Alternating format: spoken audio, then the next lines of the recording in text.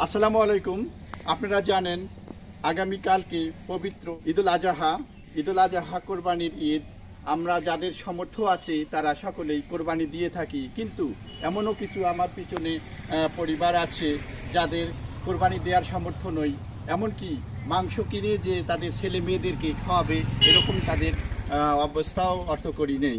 তাদেরকে আমি সৃষ্টিকর্তার রহমতে তাদের হাতে আগামীকালকে ছেলে মেয়েদের সঙ্গে ঈদের আনন্দ, ঈদের খুশি ভাগাভাগি করার জন্য তাদেরকে একটি করে আমি দিচ্ছি, মাংসের প্যাকেট দিচ্ছি। তারা যেন আগামীকালকে তাদের ছেলে সন্তান নিয়ে ঈদের খুশিটা আনন্দ উপভোগ করতে পারে, এবং ঈদের খুশি আমি তাদের সঙ্গে ভাগাভাগি করে নিচ্ছি মাংস উপহার দিয়ে। একদম করে আসেন ma'am.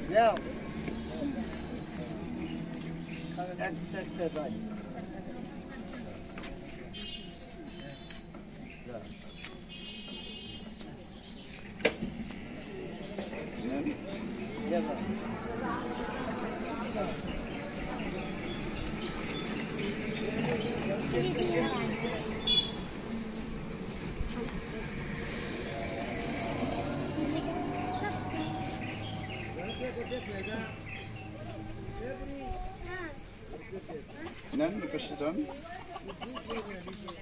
Ja, hörst du mal?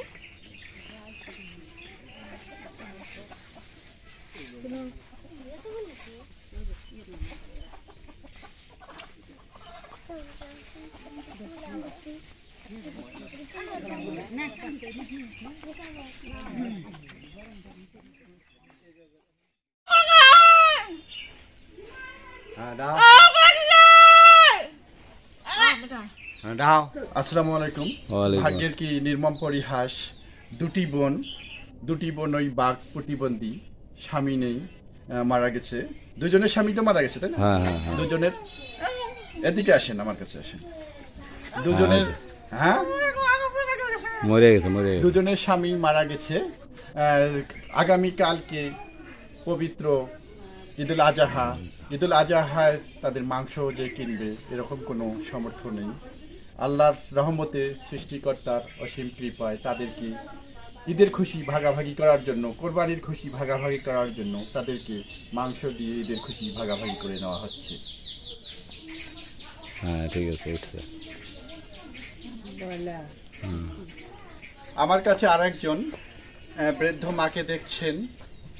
তার স্বামী প্যারালাইসিস রোগী। ইতিপূর্বে সে সুস্থ ছিল, নিয়মিতভাবে ঈদের খুশির জন্য যা করা প্রয়োজন তাই করত, কিন্তু এখন এমন উপায় প্যারালাইসিস হয়ে গেছে, হাঁটতে পারে না, চলতে পারে না।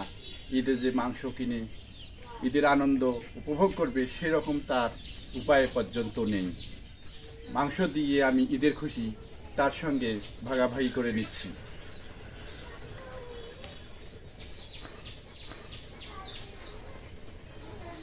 মাংস কিনছেন এর আগে? কেনেন নেই? ঠিক আছে, এটা রান্না করে খাইয়েন।